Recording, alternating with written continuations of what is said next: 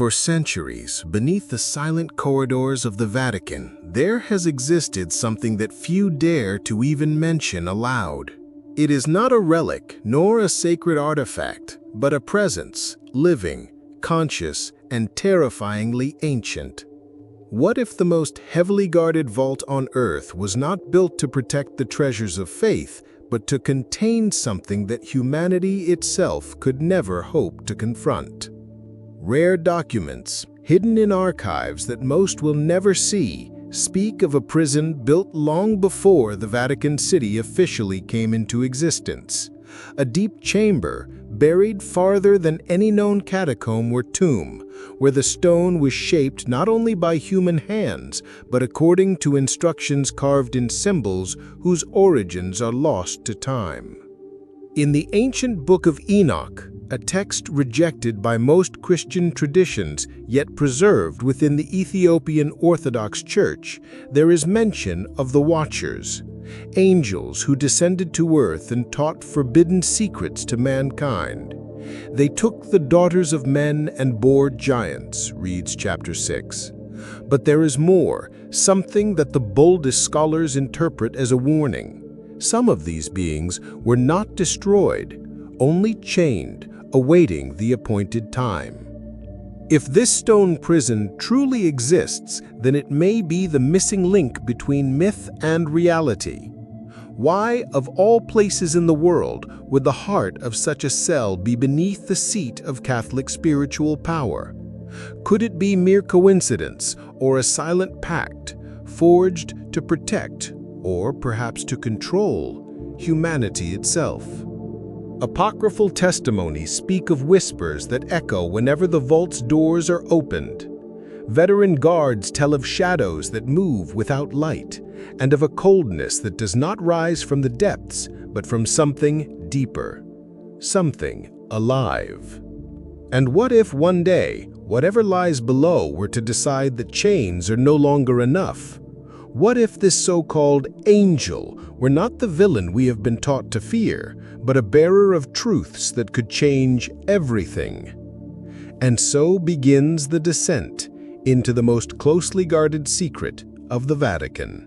The staircase that leads into the depths begins discreetly, hidden behind an unmarked door in a corridor where few are permitted to walk. There are no official maps that mention it, only ancient blueprints hinting at so-called inactive spaces. Yet, as one descends, the air changes, becoming heavier, saturated with a silence so absolute that even the sound of breathing feels like an intrusion. According to accounts preserved in the Archivum Secretum Apostolicum Vaticanum, some dating back to the 15th century, there is mention of the hidden descent, constructed upon layers of stone brought from sacred regions of the Middle East. Its purpose? To contain something whose eyes beheld the throne before falling like lightning. This phrase curiously echoes the Gospel of Luke, chapter 10, verse 18. I beheld Satan as lightning fall from heaven. Yet here, the reference is not to Satan himself, but to one of his equals, an angel who disobeyed but did not choose war. Amid symbols carved into the walls, a blend of Christian iconography and markings whose origin predates the church itself, there appears the repeated emblem of an almost forgotten order, Custodes Caeleste Portae, the guardians of the heavenly gate. It is believed that this order, formed by monks and warriors, once swore an oath to protect the entrance to the cell. Internal legends speak of the silent watchers, not human, not fully angelic, but beings who remain as sentinels in the darkness, watching the prisoner and ensuring that the seal is never broken. Little is known about them, except that their faces are concealed and their eyes burn like embers in the pitch black. The question that troubles scholars and theologians is not only why this being was locked away, but what might happen if it were ever released. Would there be redemption, or a fury stored up for millennia? Each step toward the bottom is a plunge into uncertainty. The walls seem to pulse, as if the very structure were breathing. It is impossible to shake the feeling that down there something is waiting, and that it knows you are coming. On the final flight of steps, the stone changes in texture. It is no longer the common basalt found in the underground structures of Rome, but a black, polished rock that reflects light in an unusual way, as though it absorbs more than it returns.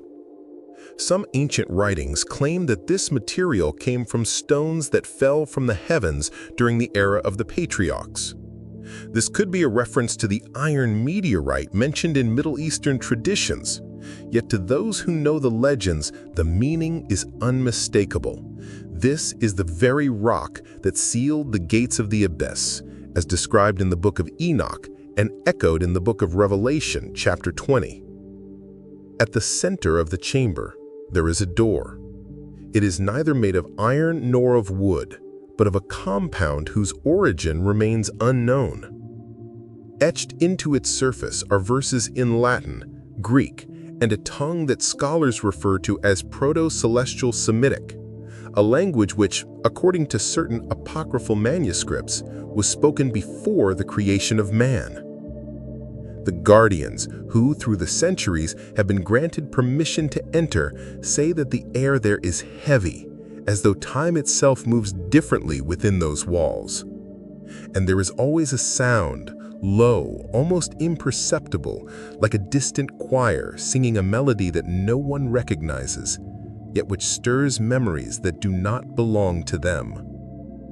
When the doors open, there is no visible cell, only a short corridor leading to a translucent sphere suspended in midair, within which lies the silhouette of something vast and bowed. No face or wings can be discerned, only the undeniable sensation of being watched. And in that moment, all report feeling an unspoken message flooding the mind as if it were one's own thought. I am not your enemy, but I was made to seem as one. The texts preserved under the title Noctis Custodia tell that once, at the stroke of midnight, the chains nearly broke. The reason remains obscure, but the record declares, if freed, they will not come to destroy, but to reveal what we were never meant to know. And thus arises the question that divides even the most devout. Does the Vatican keep the angel imprisoned to protect us, or to protect the power it holds over us?